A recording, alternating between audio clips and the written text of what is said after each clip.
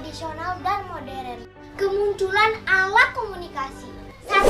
Media dan alat komunikasi zaman prasejarah. Pada zaman prasejarah, mulai diciptakan dan digunakan alat-alat yang menghasilkan bunyi dan isyarat sebagai alat memberi peringatan terhadap bahaya seperti gendang, trompet dari tanduk binatang, dan asap.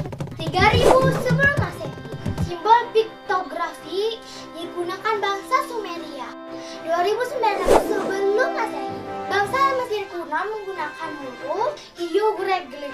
500 sebelum Masehi, manusia mengenal cara membuat serat dari pohon papirus sebagai kertas untuk menulis. 105 Masehi, bangsa Cina berhasil menemukan kertas yang kita kenal sekarang. 2. Media dan alat komunikasi zaman sejarah. Media alat komunikasi zaman sejarah yang ditemukan di Indonesia adalah prasasti dan naskah daun lontar. 3. Media dan alat komunikasi tradisional. Di antaranya adalah merpati pos.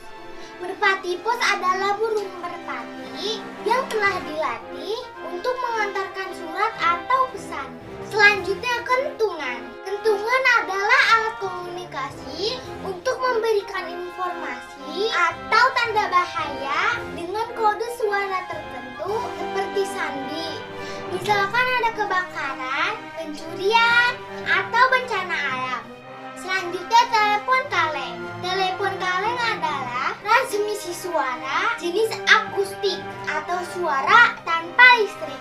Selanjutnya surat. Surat menjadi bagian dari bentuk komunikasi meskipun dalam penggunaannya sudah semakin berkurang. 4. Media dan alat komunikasi zaman modern. Tahun 1455. Uncle Johann menggunakan mesin cetak dengan plat huruf. Tahun 1830. Auntie Augusta menulis program komputer yang pertama. Tahun 1837. Uncle Samuel Morse mengembangkan telegraf dan bahasa kode Morse. Tahun 1843. Uncle Alexander menciptakan mesin faksimil yang pertama. Tahun 1877. Uncle Alexander Graham Bell menciptakan dan mengembangkan telepon kabel. Tahun 1946. Komputer digital pertama di dunia dikembangkan. Tahun 1956.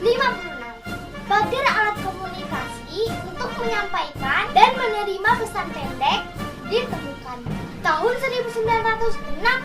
Surel atau surat elektronik mulai dipakai untuk alat komunikasi. Tahun 1972. Uncle Ray menciptakan program email yang pertama. Tahun 1973 sampai 1990 istilah internet diperkenalkan. Tahun 1992 diperkenalkannya istilah World Wide Web atau WWW. 5.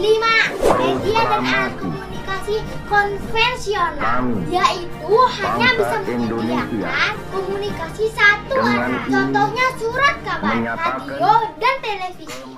6. Media dan alat komunikasi elektronik. Contoh alat komunikasi elektronik adalah telepon genggam.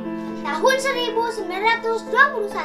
Telepon genggam generasi 0, yaitu handy-talkie. Tahun 1973. Telepon genggam generasi 1 atau 1G. Tahun 1990. Telepon genggam generasi 2 atau 2G. Tahun 2000. Generasi ketiga, smartphone 3G.